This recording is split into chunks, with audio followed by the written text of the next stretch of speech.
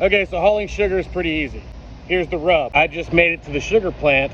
Let me show you what I'm about to have to deal with today. So here's my truck.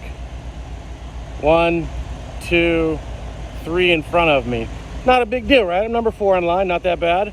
Wrong. Each one of these takes approximately 2 hours to load.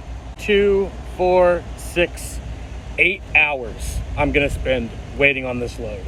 I just started my day about 4.5 hours ago, and I was really excited about it because I'm like, man, I'm making good time today.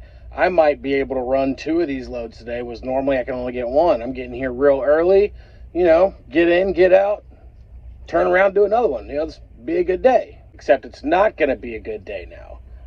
This is actually gonna screw up a whole lot for me. If you're not a driver, you might not understand, hey, why is it a big deal for you to sit there and wait? It takes about 2 hours to load one of those trailers. I'm gonna be here for about 8 hours.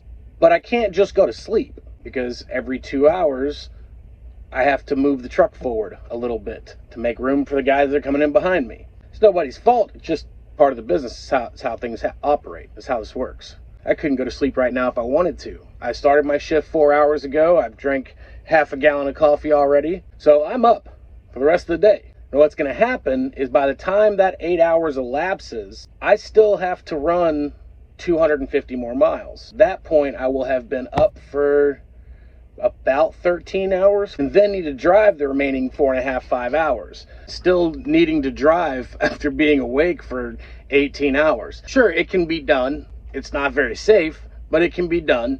I can do it. And here's the part where a lot of drivers talk shit. I like being alive. I know, crazy idea, right? I don't want to fall asleep at the wheel. That happened to me once in my career, and I swore from that point forward I would never do it again, so I won't.